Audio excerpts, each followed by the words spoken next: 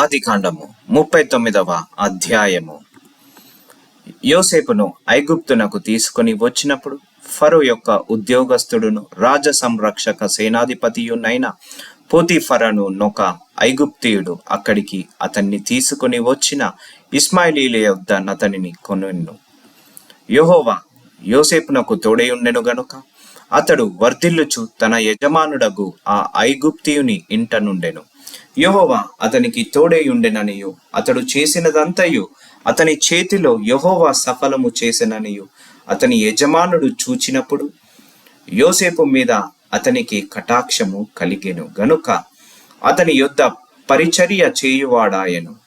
మరియు అతడు తన ఇంటి మీద విచారణకర్తగా అతన్ని నియమించి తనకు కలిగినదంతయు అతని చేతికప్పగించెను.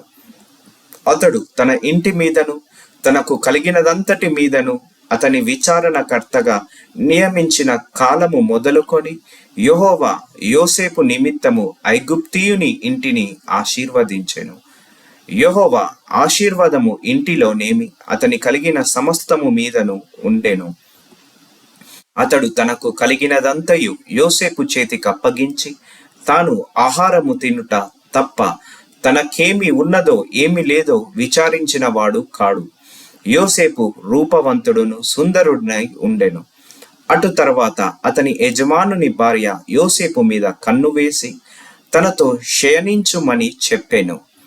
అయితే అతడు ఒప్పక నా యజమానుడు తనకు కలిగినదంతయు నా చేతికప్పగించెను గదా, నా వశమున తన ఇంటిలో ఏమి ఉన్నదో అతడెరుగుడు.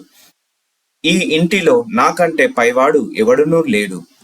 నీవు అతని భార్యవైనందున నిన్ను తప్ప మరి దేనిని నాకప్పగింపక ఉండలేదు. కాబట్టి నేనిట్లు ఇంత ఘోరమైన దుష్కార్యము చేసి దేవునికి విరోధముగా పాపము కట్టుకొందునని తన యజమానుని భార్యతో అనెను.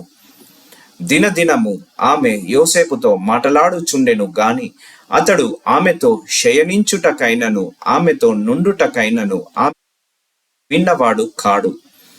అట్లుండగా ఒకనాడు అతడు తన పని మీద ఇంటి లోపలికి వెళ్ళినప్పుడు ఇంటి మనుషులలో ఎవరునూ అక్కడ లేరు.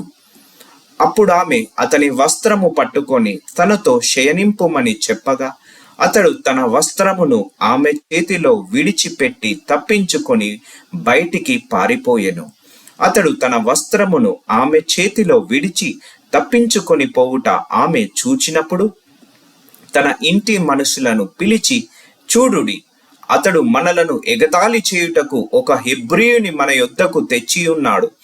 నాతో శయనింపవలనని వీడు నా యొద్దకు రాగా నేను పెద్ద కేక వేసి తిని బిగ్గరగా కేక వేయుట వాడు విని నా దగ్గర తన వస్త్రమును విడిచిపెట్టి తప్పించుకొని బయటికి పారిపోయేనని వారితో చెప్పి అతని యజమానుడు ఇంటికి వచ్చు వరకు అతని వస్త్రము తన దగ్గర ఉంచుకొనెను.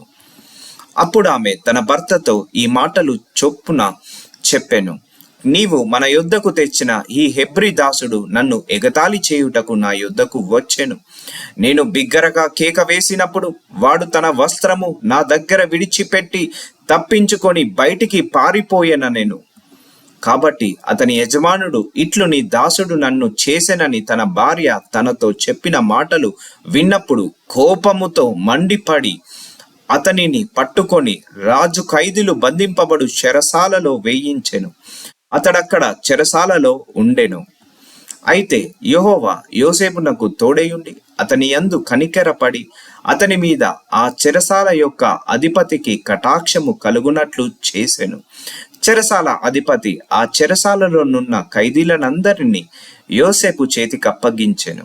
వారక్కడ ఏమి చేసిరో అదంతయు అతడే చేయించువాడు. యెహోవా అతనికి తోడైయుండెను గనుక ఆ చెరసాల అధిపతి అతని చేతికి అప్పగింపబడిన దేని గూర్చియు విచారణ చేయక యుండెను. అతడు చేయున్నది యావత్తు యెహోవా సఫలమగునట్లు చేసెను.